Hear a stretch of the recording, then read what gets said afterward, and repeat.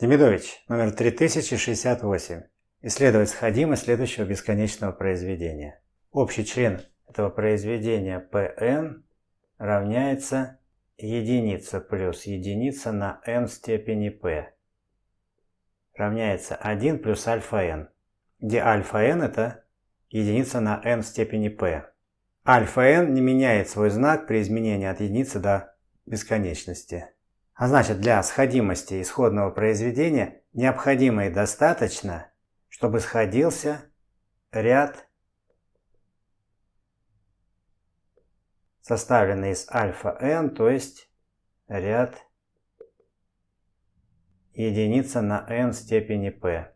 Это обобщенный гармонический ряд, и он сходится при p больше единицы. А значит, и исходное произведение также сходится при p больше единицы. Это ответ.